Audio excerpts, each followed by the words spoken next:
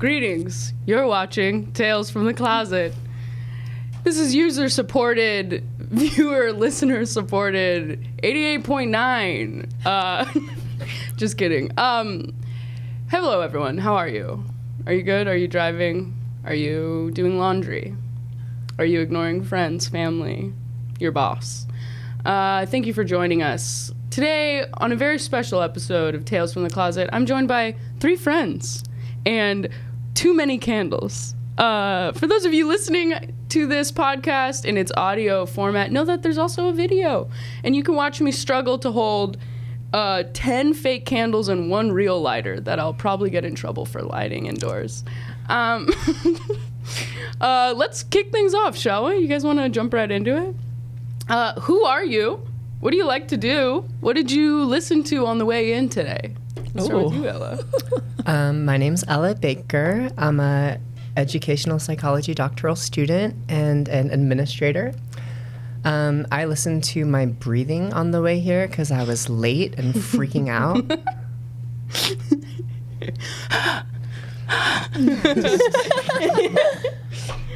Great. My name is Ashley Holston. I am a comedian, mostly. What do I like to do? Mm-hmm. I like to roller skate. Ooh. I've been doing it a lot lately, and I found my passion. And then the other thing, what was I listening to? Mm-hmm. Episodes of this podcast, so I knew what to expect. I do research. Great. Were you also breathing? No, not the whole way here. I was too nervous to breathe. I understand. It was a miracle I made it. Yes. Hey, I'm Jiavani Linayao, and I do improv and sketch and all kinds of comedy. My pronouns are she and her. Oh. I was in a lift, and so I didn't want to play music, but I was thinking about that Hall & Oates song. Maybe I can't sing it because I think you get like 5 seconds of it. Oh. What's the 5-second clip where we could get it? What I got to do? Oh, stop. Oh, great. Yeah, I hate that.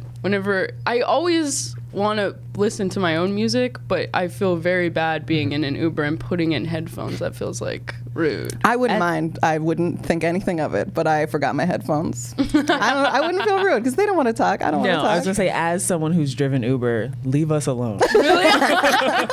We don't want to talk. Really? You don't want me to get in and be like, how's your day? Oh, not unless we're really, there's a chemistry sometimes. Yeah. But for the most part, it's like, let's just sit and get to where we got to go. You don't need to do emotional labor for people. Yeah. At all. I've had a day. And you're like... Also, I just want to backtrack because Giovanni did it. Pronouns. Yes, right. She, her. She, her? She, her. Ooh, they, them, honey. You know me. Great. Well, let's see. I say we just hop right into it. Yeah. This podcast, I made this podcast for people who are in the closet, who are out of the closet, who are closet adjacent, which I'm not quite sure what that equates to. But yeah, we usually at the top kind of go over like little coming out stories or just like little snippets of what it felt like to be in the closet at one point and to now be out. Anyone who wants to kick us off? I came out last Father's Day. Oh, no way! Wait. Point of contention. As a transgender lesbian woman, I knew all my life who I was. Grew up evangelical, so pushed that down real far. And then I went to church with my family, and then I go to a really queer church, and the priest gave like a sermon on like King David being super gay, and like affirming your family and standing into your own. Then I went to a Dodger game with the family and hated it the whole time. Oh my god! So I'm just sitting there like having this conviction rolling through my head, right? Mm-hmm.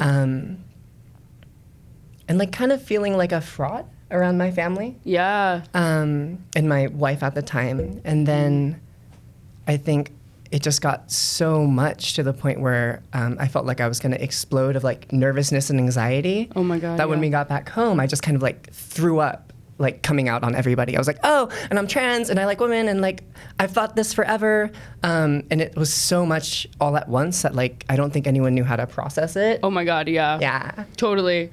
I feel like when you're kind of breaking off and changing and finding yourself, it feels like a really small, like you're only diverging a little bit, but over time those two, like you realize like, wow, there's a valley between who I really am and what my family thinks I am. Or like the person I've had to perform as for 30 years. Such a performance, performing at a Dodgers game. Oh yeah. Yeah. With like my like LA like hat on, just like trying to be as boy as I can be, like not giving a shit about this 3-hour fucking game. Oh my God, yeah. Totally. Oh, that's great. I came out on Mother's Day. Oh my God! Last year. Kids of the year over here. I know, like what a present. And it wasn't really, so I had broken up with my boyfriend of 8 years. Oh, wow. And my mom lives in Virginia, and I was at church for some reason on Mother's Day, and she realized that he wasn't with me, and she was like, well, what's going on? Did you guys break up? And I was like, oh, yeah, that happened. Yeah, we broke up. She was like, well, do you still like boys? Backstory, my mom has asked me if I was gay since middle school. Wow. Maybe once a year. And I was just like, why does she ask? And I didn't know. I'm bi. I didn't know. It's like, I like guys. Girls are cute too. Whatever. But was it in like are you like happy, or was it like are you? It was like it was like, are you gay? Do you have something to tell me? Wow. So I didn't really read the tone other than like she wanted to know something. It didn't feel negative. But after she asked me if I still liked boys, and I was like, yeah, easy question, I do. She was like, well, do you like girls? I was like, yeah, Mom, I do. And she's like, okay, I'm gonna go have a drink.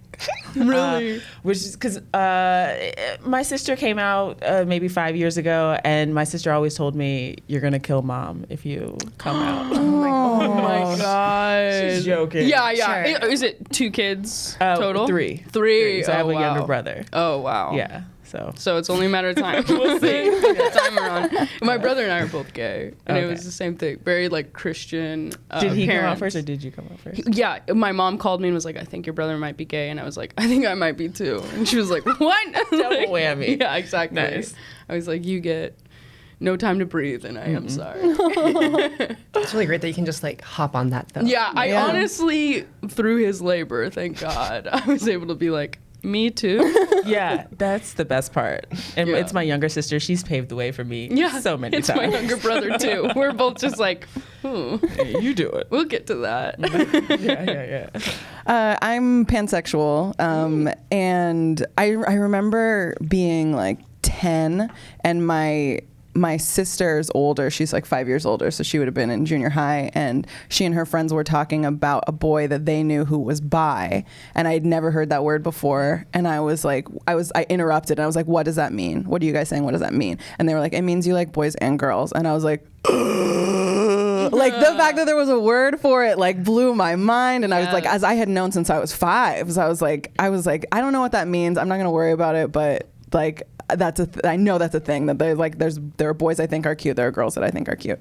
So there was bi, and then I started dating like trans and non-binary people like in my 20s, and then I like somewhere subsequently I heard the word pansexual, and I was like, oh, okay, cool, great, and it just evolves. Your continued like understanding of yourself and what you want.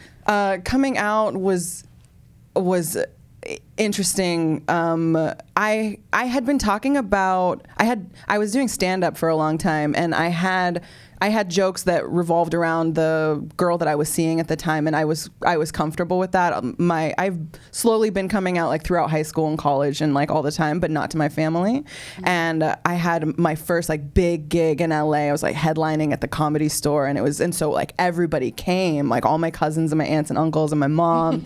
And I was looking at my set list before going on stage, and I was like, oh my God, this is me coming out if I do these jokes. And I was like, I'm not ready. No, maybe if I call my mom right now, because I was like, she'll be mad, like if this is how she finds out. And so I was like, maybe I'll just call her right now and come out, and then she'll be prepped. And I was like, no, that's so weird. I can't do that. And so I was like, I just won't do the jokes. I just won't do any of the jokes. And so I'm like out there doing the set, crushing. It's going so well. I'm like, ugh, this is how it ramps up. Like, these are good jokes. And so I was like, oh man. So it's like all my family's on this part of the audience, and I just turned to this part of the audience and just did all the jokes and just tried not to look at them. And then after the show, they're like, my mom left, but the rest of the family was just like, good show, good job. And then me and my mom talked about it later, like a year later. A year later. Well, then we had more conversations about that later. Totally. Yeah. Oh but yeah, my it was God. like I did not know I was going to come out to my family that night, and that's just how it happened. The fully through jokes. If I was in your family watching you just like turn and like, okay, this is intentional.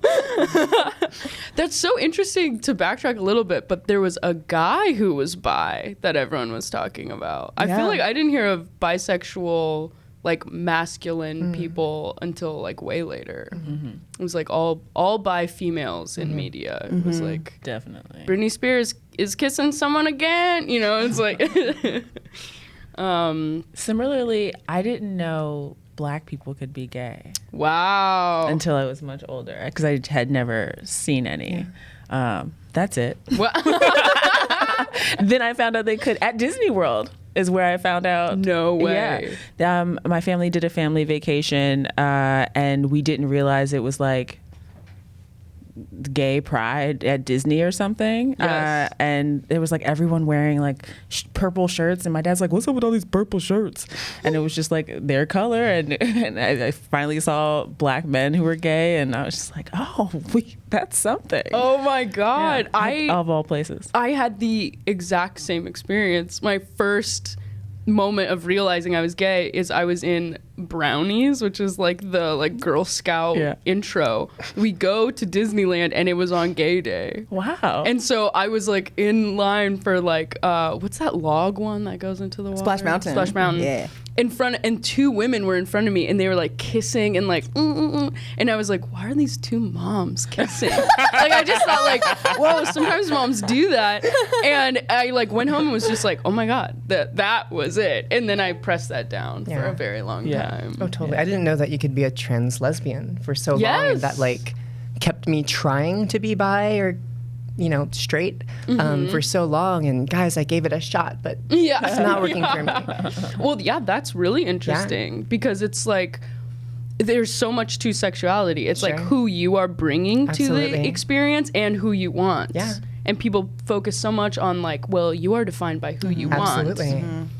Yeah. Well, great.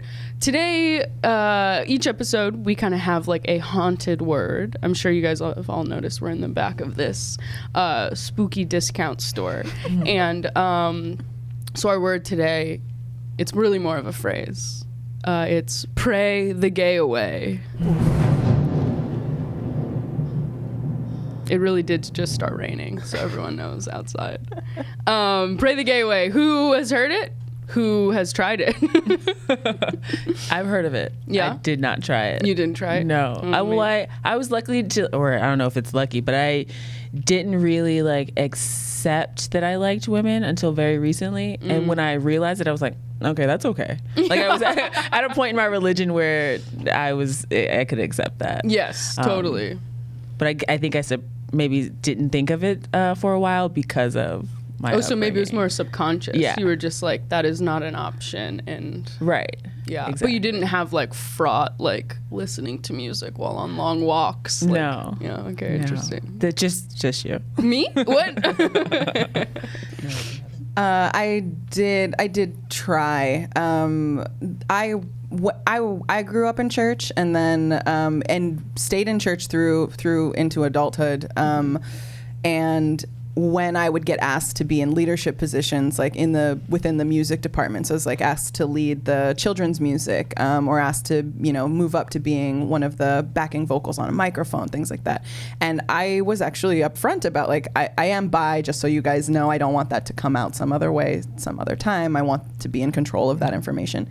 And the being bi in church was like, okay, well, you're bi. Marry a man, don't act on the woman part. Wow. And just as long as you don't talk about it and don't do anything with that, and then that's fine. Okay, go. Here's your microphone. Yeah, you're like half safe. Like, ooh, yeah. So I just tried to suppress that part and just lean into like finding the perfect husband and like just try to go that route, and then I would be okay. And I really thought that would be fine. That I just wouldn't act on it, and that was like, yeah, that's great advice. Yeah.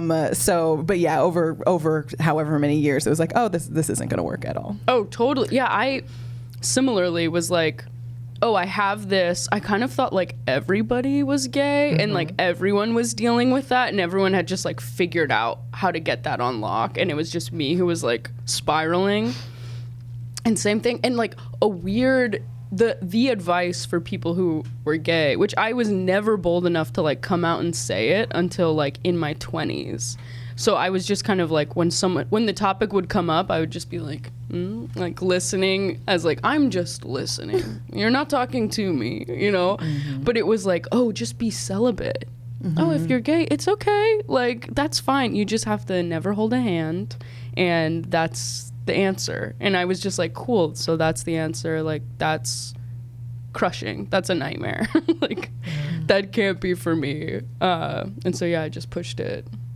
Yeah, I prayed so hard. I was like groomed to be a pastor in a really conservative evangelical church. So I knew all like the 7 verses that get thrown at us all the time. And I had tried so hard for like God to take away my trans gayness, and she didn't. I love you. I then like thought, hey, maybe I'll try a different religion that'll take away all of this trans gayness. So I was like, oh, I'll try Buddhism because that's like about not having an ego. So maybe I'll just disappear and then like just be a being with no gender or sexuality, apparently. And that didn't work. I didn't achieve enlightenment or anything like that. And it came to a point where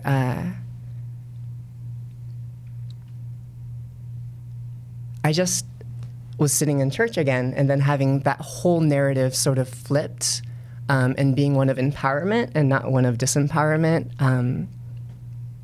Just gave me the ability to stop trying and stop performing. Totally. Yeah, that's really beautiful, I think. Like, I remember, because at first when I feel like I've been hurt so bad by spending so many years of like desperately trying to change who I am, and honestly giving like 100% of my energy to this like one cause, like also very evangelical church, and like that was my full life. But then like somewhere in the back of my head knowing like these people don't accept me, and they won't. They absolutely won't. It was like a bottom line. So then when I came out, I was like, oh, well, I have to scrap all of that and like actually like hate all of that. Like, they don't like me, well, I don't like them. And I'm just now coming to a point of like more peace of like, there was some beautiful stuff in that. And yeah, we went and we like built buildings and we hung out with people who needed help. Like, there's some humanitarian stuff in there that's nice. But I do also understand when people are like, fuck the church, fuck God, fuck, and it's like, you need that time to be angry. Totally. Like, that was hard. Absolutely. Yeah. I mean, like, having to feel like I had to be the complete opposite of myself and come up with this, like, really aggressive male persona who, like, ran around selling drugs and, like, trying to hang out with gangsters and just being, like, as aggressive as I possibly can. And now it's just laughable. Like, who the fuck is that? Yeah. Right? Like, that's not a person. Totally. Oh, totally. Yeah. So what was your process like from coming out on Father's Day, Mother's Day? Great. Oh my gosh. That's amazing. Sorry, Dad. It's been good. I mean, like, you can lose your whole birth family and your marriage and your job, and just being who you are is so worth it. Wow. And you can have so much joy and happiness. Yeah. It is funny that it came to a point with, like, my birth family where they were trying to compromise with my identity so much. And it was like, one of my parents had said to me before they stopped talking, can't you just be metrosexual?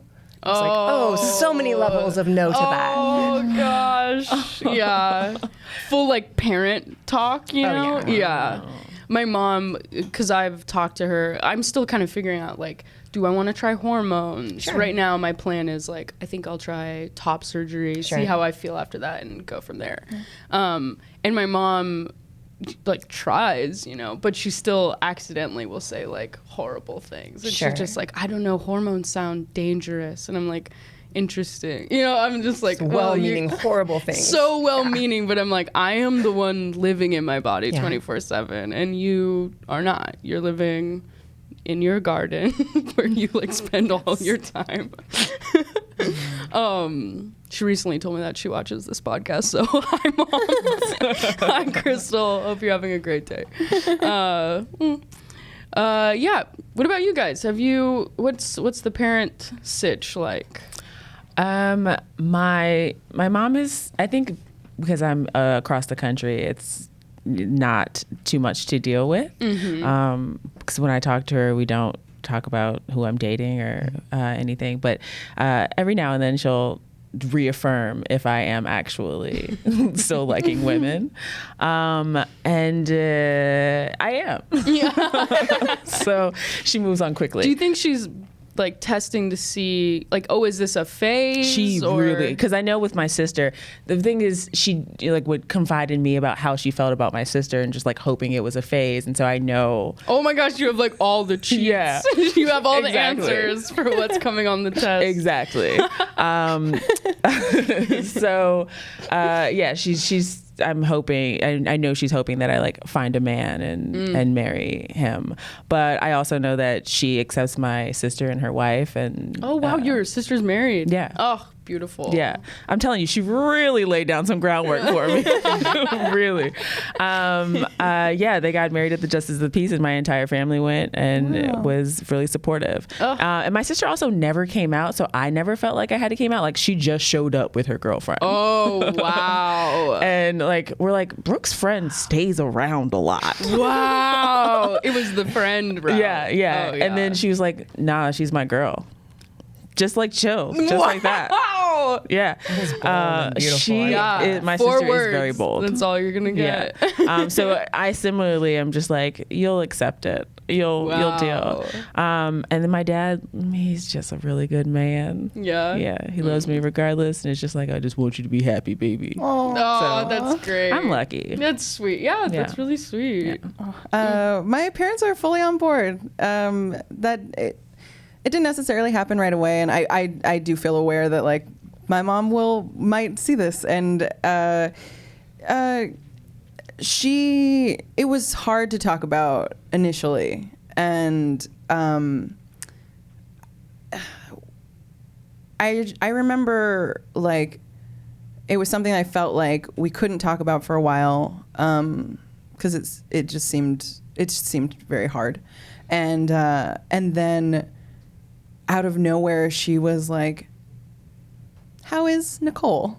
Who was somebody I had dated maybe 5 years prior, and very briefly, but that was, like, the first person that she was aware of, the first woman that she was aware of that I was dating, and I was so touched, I was so overwhelmed that she would ask, because it was like, it was a huge step that she would inquire about that. And now, like, my partner who's non-binary, like, we will stay at my mom's house when we're in town, and it's not a thing at all. It's not an issue at all. I called my dad the next morning after I had come out to my family, which was a surprise to me. Also, I called my dad the next morning because I didn't want him to find out from someone else, and he was like, I knew that. And I was like, really? You did? Everyone seems pretty surprised. And oh my God. He was like, no, when you were in high school, you and that person who was like the person I was hanging out with a lot at the time, and I was like, wow, you nailed it. He never said anything, but he was like very comfortable with it. And like my stepmom, same, like everybody's real chill. I'm in this moment cautious about bringing my partner to larger family events, because that's not something that I've ventured into yet. And for me personally, I'm very comfortable. Like it's like, if you don't want to accept this, then that's fine. Like I'm happy. I'm going to pursue happiness. This is a person that I love.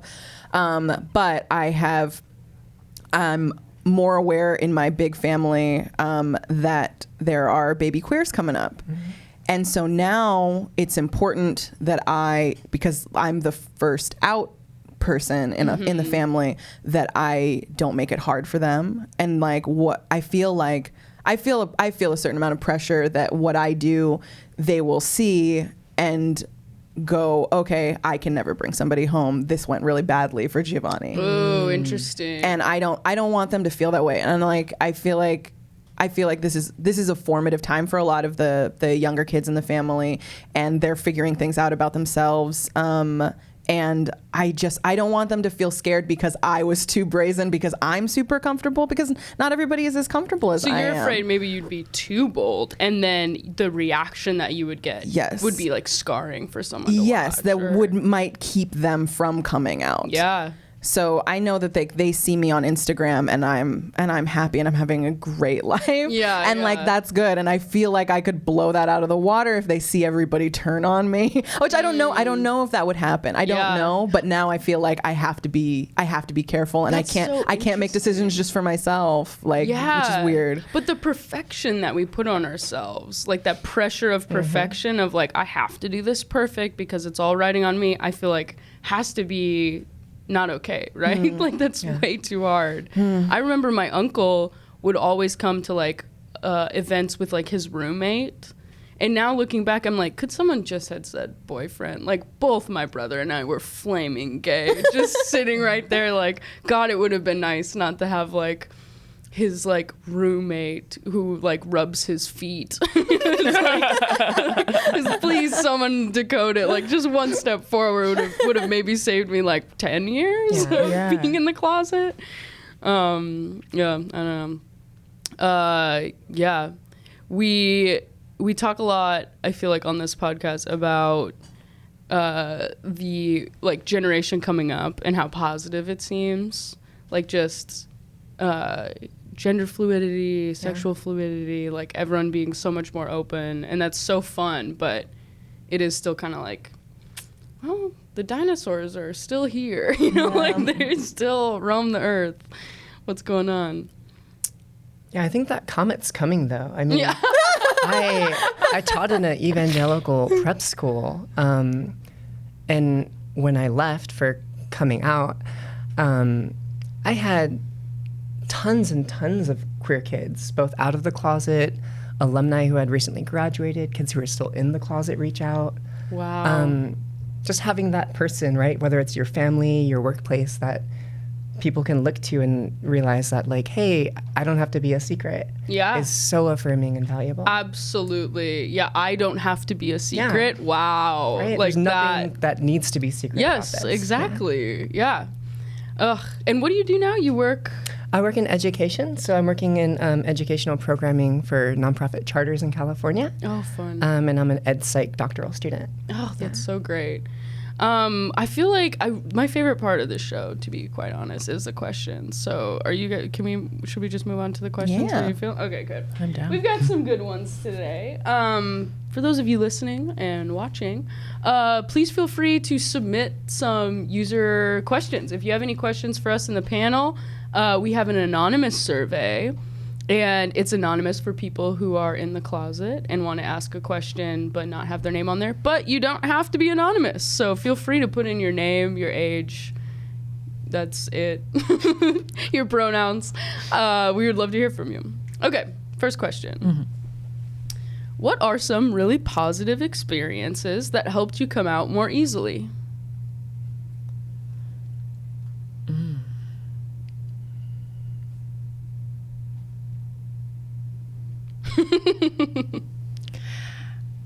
I very short, maybe less than a month after coming out to my mom, went to Dinah Shore. Actually, I think it might have been the week after. Dinah was my first. Dinah was my first, like, okay, you like women, and you're going to go to this event where other women like women, and it's okay. Wow. And it was... Dinah Shore is a lesbian weekend in Palm Springs where lesbians party the whole time. If you're in the closet and you haven't heard of it. If you haven't watched The L Word, and you didn't know what this was yet. It's not what I expected, but I did feel very much like... okay, like I was around my people, and I was free to be me. Is that a slogan already? Because if not, pay me. It is funny. Like, it's kind of like going to a pride parade, but then more distilled. It's like, actually, this is just for the ladies. Yeah, exactly. Cool. That's really fun. Anyone? We're really reaching for positive experiences. Yeah, that help you come out. Right? Yeah, exactly. I'm like, all the positive experiences were after I came out. Yeah. I mean, for me, just seeing any trans woman thriving helped me a lot, because growing up, the image was, oh, that's a life for people who have no future, right? You're like totally desocialized. You don't have family. You can't get work, and just being in California where there are like more protections and the culture is different. In the past 2 decades, there's been so much movement and growth. Yeah. It's been fantastic. For like the past 5 years, you just see like this avalanche of thriving trans people, which is fantastic. Yes, on like in the media and in real life. Yeah, totally. I completely agree. There's a little bit of jealousy too with like younger queer kids where you look at them and you're like, man, you have such a good, easy life ahead of you. Oh, totally. Yeah, especially when it comes to transitioning. Oh my They're gosh. like, and you can cut out all of this stuff by transitioning young, and you're like, great, okay. Yeah, good for you. That's not for me, so let's get to the heavily invasive procedure I'm going to go through. Exactly. I can't think of any from before I came out. I feel like growing up, I'm half black, half Filipino, and aside from my sister, I didn't know anybody who was like that in Puyallup, Washington. Like everybody was white. I was aware by proxy of a boy who was bi somewhere in the world that my sister was associated with. And so I feel, and like nobody in my family, I have like one aunt who dances and does art, but like nobody was in the arts except for me. So I feel like most of the things I chose in my life, I felt like I was doing by myself. Ooh, and so I don't remember meeting a mixed woman until I was like 17. I don't remember like encountering many queer people at all. Like I can't think of one like from my adolescence. It probably happened. But like I don't know. I always felt like whatever I'm doing it alone. Yeah. So I don't remember stuff from before that. But like afterward, it's just like.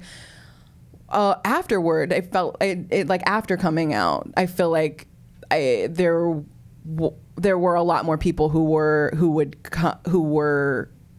coming near me who were queer. Not right away, because I feel like when I was first coming out in my 20s, like there was a lot of bi stigma. And there still is, but but like it took a while to like find that queer family. But like once I was out there, then people knew like, okay, this is a person who's like family with us. And then even like taking more steps, like fully filling out my identity as a queer person, like all of those things were easier. Like once I had that community. Totally. I think what you said with like everything I was doing alone is so interesting, because like the nature of being in the closet is like you think you're alone, but there are like closets everywhere. You know, it's just like the isolation that you've kind of put on yourself. So I think the only positive experiences would involve those glimpses of like, oh, there are a lot of other people like in the closet, and like I could come out one day. Yeah. But I do say like the positive experiences I've had were like any of my like wildest dreams when I was in the closet, I've now like fully lived, you know, like that's like the fun part is like oh baby, it ramps up once you have like, get ready. Okay, great. Next question. I am a 23-year-old cis woman and I identify as bisexual. I've never had a real kiss, been out on a date, or had sex in any way. Internally, I struggle with coming out because I feel like my lack of experience invalidates how I identify. Is it silly for me to wait to come out until I have had experience dating and hooking up with people of any gender, or am I overthinking everything? That is me. Really? I like once I realized that I liked women my whole life, I was like, well, I feel like a fraud saying that I'm queer because like I haven't done anything yet. I felt like Ally and I, we were on that team Queer World, an improv team. And that was kind of coming out for me. Really? Yeah. And I felt like a fraud there just because like I was like, I'm not in it. I'm not like, you know, doing the things. But that's not what makes you bi. Or, absolutely. You know? And I don't feel more bi now because I've gone out on dates or because I've hooked up with women. It's just like, I feel more experienced. Yeah. But yeah, don't overthink it, I'd say. I would say same thing. You are who you are. Yeah. I also came out to my mom before having ever kissed anyone. And I was just like, I know that I'm gay. Also weird that I was coming out to my mom first. I just was like, gauntlet. Like, go for the top, scariest person to come out to. But yeah, it was like, I want to say 2.5 years after coming out before I actually had my first experience with someone.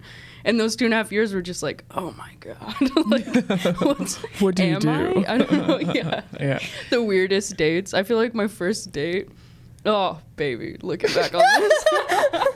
I went on a date with like seriously the coolest woman ever. It was like a soccer coach. It was like really cool. It was like, let's go watch a movie at the cemetery. They're doing like a screening. And I immediately sat in the hummus.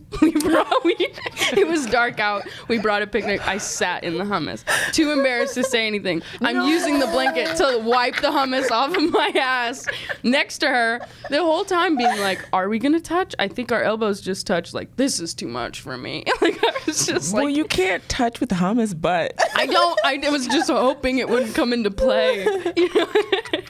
And just went like truly the whole. It was also one of those fucking things where she was like, it's a surprise. So I like dressed up, which is hilarious to think about now, like in a like hot outfit, which has since been donated.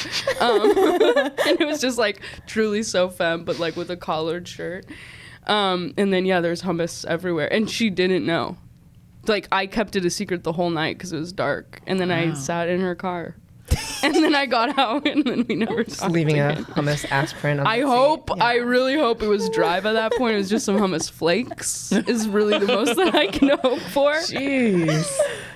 Wow. Just saying the anxiety is real. Truly. Yeah. I my first date, I got blackout drunk. Yeah. Just immediately? Just not immediately. We had like a good like 2 or 3 hours, and then the last thing I remember is my date saying, we'll have 2 more. And then I was just so like nervous and like, you know how you drink to do something? I should have had water. Yes. Yeah, exactly. There. That's a fun trick. I do soda water with bitters in it because then it's a pretty color and it looks like you're, to your own mind, you're like, another drink, and not like water. You're like, yes. Yeah. And then you flip-flop those. I have had a lot of experience blacking out as well, so. It can be really scary. Like, you know, trying to date or come out later in life. I had a long break where I stopped having queer sex because I felt so self-conscious about being bad at it. Because I like, your girl can suck a dick. I can suck a dick. So I have perfected. Yeah. And you're then like, I'm gonna play to my strengths for a while. I need to get my ego back up. It was nice to just be good at stuff, to just go in knowing what you're doing, and then to like be having queer sex and like just be floundering, and then to just feel so like judged and like I've wasted someone's time and like you know there's already this like that like fraudulent feeling of like, you know, where people are like question, are you really queer? You're bi, like you probably like men, like, and then to just see it on their faces like, oh, like you shouldn't even be here. And I was so scared of just that face that I was like, I just didn't, I was too scared to like engage anymore. And then it was like, I'm never gonna get better by not doing it. So like, it's just gonna suck. It's just gonna suck for a while, and like that's just something I have to deal with, and so that I can like live the life that I want to live and like get to a place where I feel comfortable and confident. And so it was like just a matter, I don't know if this is like good advice, but just like fuck up for a while.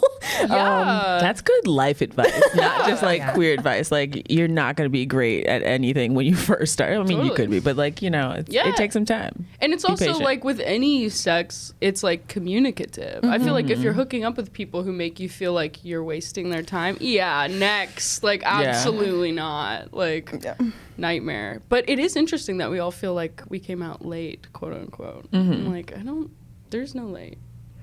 Honey, wake up. Knock, knock. There's no late. Yeah. Let's see. Anything else on this? No? All right, moving on. Hi, Ally and guests. This question This question revolves around queer connections. I'm out, but I still find it difficult to talk to other queer people. I often can't tell if they're interested in being friends or if they're interested in me romantically. As a result, I get in my head over every little conversation with boys that I might like. Would love any advice. Thanks. BW, he/him.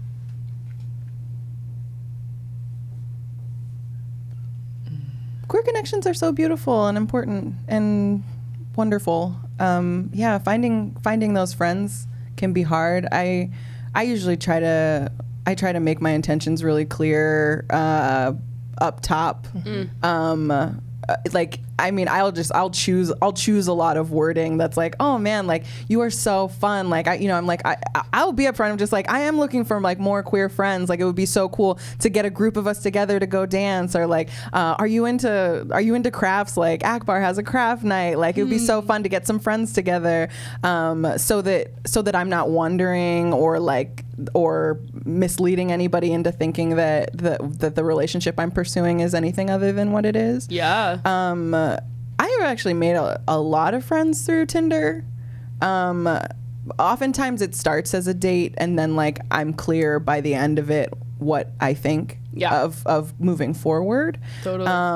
And I don't feel like people are upset by that. Like I feel like even if there's an attraction there on their end, like they appreciate knowing where you stand. Yeah, being very like vocal about and clear in that way. Yeah.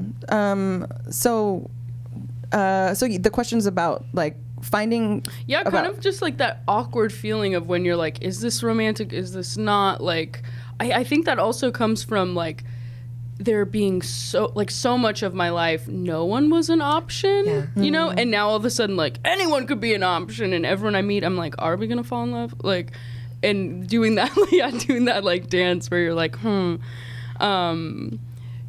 does Akbar really have a craft night? Sorry, I've been I mean at least they used to. That's so cool. I love that. It was on Tuesdays. I don't know if they still do it. Oh god, I love queer culture.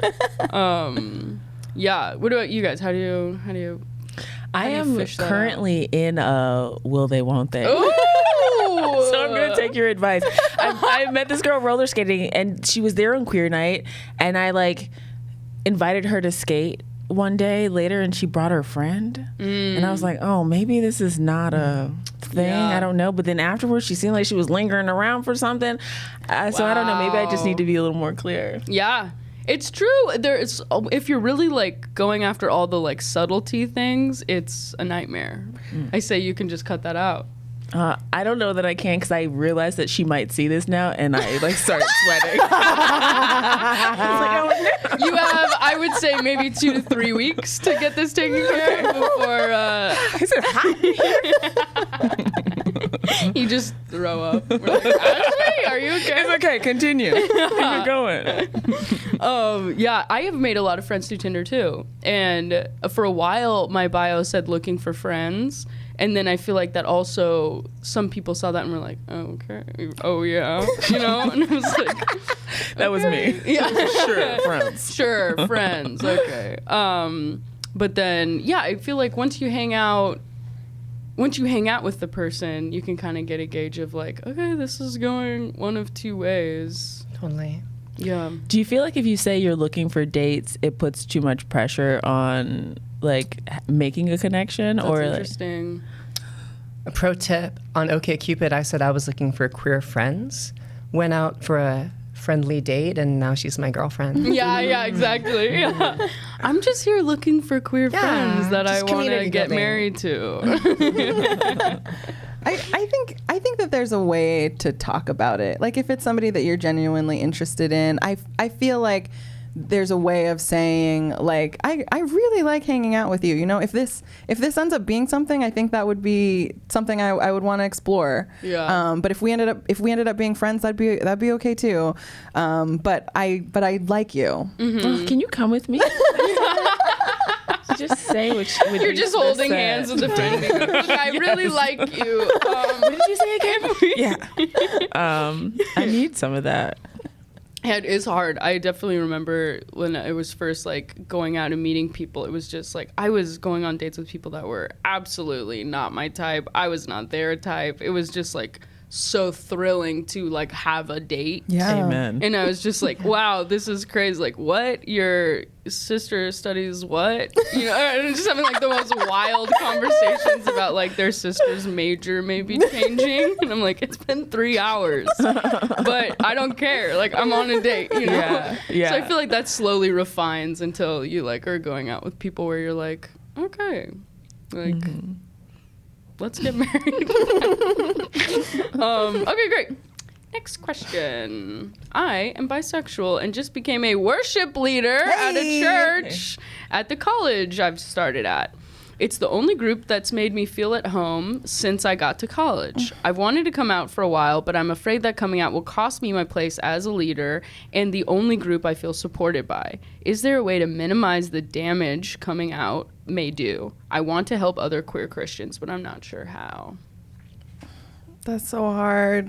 That's so hard because there's no way of knowing how they will respond. And like college is terrifying when you're away and you've like finally found a group that you feel supported by and like a community that you like being in.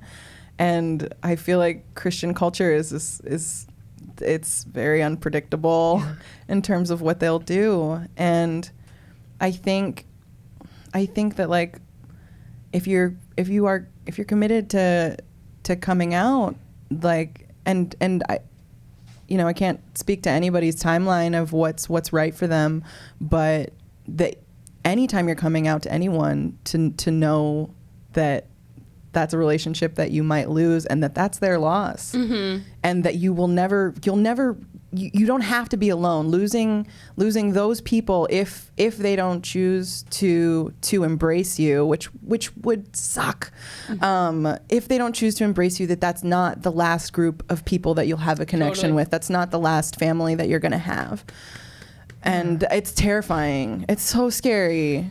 It's so scary, and I wish I could say like they're gonna embrace you for sure, but like we don't know. We never know. Whoever we're coming out to, even like the people that we've known our whole lives, like we never know how people are gonna respond. But we always have to remember that like there are always gonna be people who will love you and who will accept you and who will embrace you for everything that you are. Yeah, totally. And it's not worth compromising yourself and your identity to gain like a super conditional acceptance from people, right? Yes, the like that's the lesson from the past 30 years of my life in like really evangelical spaces is that this acceptance is conditional and it's performance based. And if you're a person of faith, there are so many communities and people who share your language and faith who are going to affirm and love you for who you are. Totally, yeah. And having gone to a Christian college, you as well. Oh yeah.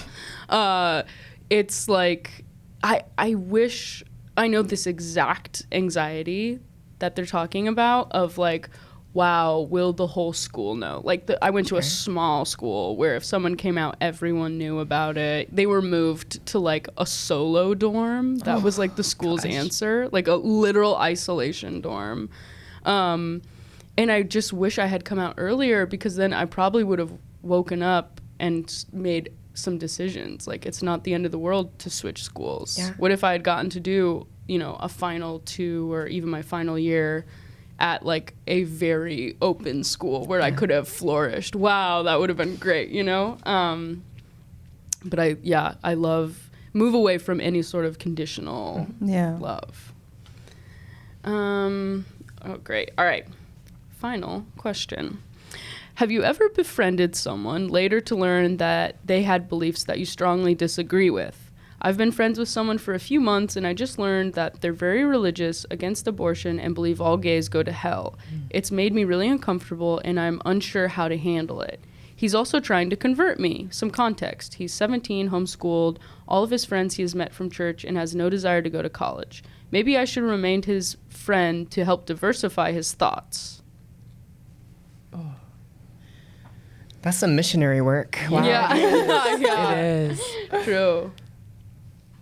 I think that's a lot of work to be someone's friend just to educate them. Yeah. You know?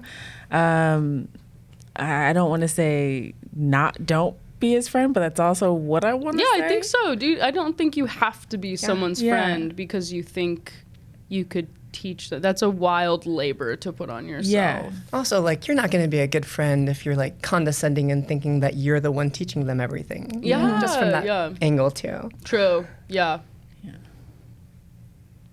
Yeah, that's a lot of work. That sounds like a lot of work. I get that though, and it's just like, I'm your only way of knowing this lifestyle though. Mm-hmm. But it's still not your responsibility. Yeah.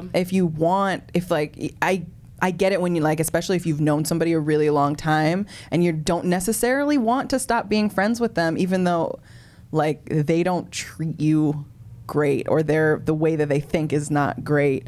But like you don't have to suffer abuse from that person, like, you know, and their ideas if it's too much, because like just a part of me gets that, wanting to like, I might be the only person to change your mind, and like maybe I should stay in your life, but you don't have to. You can definitely, like, if you want to be in that friendship and just stay cautious and continue to be aware of how it's affecting you, and if it's at a place where it's not healthy for you, then like you don't have to be in that friendship anymore. Yeah, I think so too. It sounds a little bit younger too, maybe like homeschooled, not really thinking about college. Yeah. So I do know, myself included, a lot of times you are just kind of like an extremity of your parents' religious beliefs. Yeah. Especially we're talking about these kind of like hot button issues of like abortion and homosexuality, which I feel like are such like trigger points for like very conservative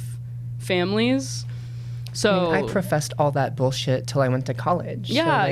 People change, or at least people have the freedom to unload some of that parental baggage. Totally, yeah. So yeah, it does sound like it's really up to you. If you would like to have this person as a friend, do it. But if the only reason is you're there to kind of like show them the light, get out of there. Yeah. Like I feel like there is a conversation to have, like if you're leaving that relationship, like it's an option to be like, hey, like I love you, we've been friends for a long time, I care about you, this isn't a good friendship for me anymore, like I can't be in this, but like if you ever like, if you want to be friends again in a different way, like, you know, and take it in, we can, you know, have these things change, because people do change. It's so like, true. You want to give them room to change. Yeah. And like, you know, just let them know like why you can't be in that friendship anymore, but that like you care about them. Like then there's room for, cause I mean, I've had people come back around that surprised me so much, that were like, I can't believe I said the things that I said to you. I can't believe